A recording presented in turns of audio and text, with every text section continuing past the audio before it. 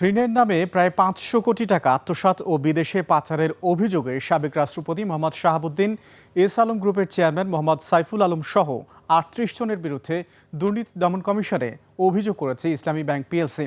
অভিযোগে বলা হয়েছে, ভুয়া ও নাম সর্বস্ব প্রতিষ্ঠানের নামে ঋণ দেখিয়ে এই অর্থ আত্মসাৎ করা হয়। সিরাত আল মুস্তাকিমের রিপোর্ট।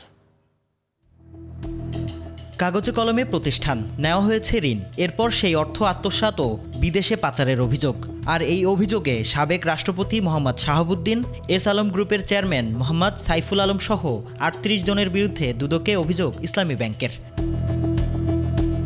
গত ২৯ জুলাই ইসলামী ব্যাংকের পক্ষে অভিযোগটি করেন ব্যাংকটির first assistant vice president Mohammad Yasin Ali. অভিযোগের নথিতে বলা হয়েছে, সুপ্রফ কম্পোজিট নিট লিমিটেড ও গ্যালাক্সি সোয়েটার সহ কয়েকটি প্রতিষ্ঠানের নামে ঋণ দেখিয়ে প্রায় ৫০০ কোটি টাকা আত্মসাৎ করা হয়েছে। বাস্তবে বন্ধ কারখানা ও নাম সর্বস্ব এসব কোম্পানির আড়ালে করা হয়েছে এই জালিয়াতি।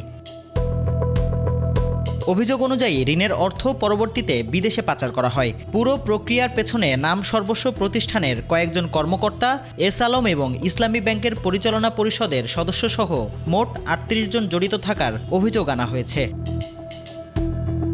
৩৮ জনের তালিকায় পরিচালনা পর্ষদের সদস্য হিসেবে ২৮ নম্বরে রয়েছেন সাবেক রাষ্ট্রপতি মোহাম্মদ শাহাবুদ্দিনের নাম। ইসলামী ব্যাংকের পক্ষ থেকে অভিযোগটি তদন্ত করে জড়িতদের বিরুদ্ধে আইনগত ব্যবস্থা নেওয়ার অনুরোধ জানানো হয়েছে। সিরাত আল মুস্তাকিম, ২১ টেলিভিশন, ঢাকা।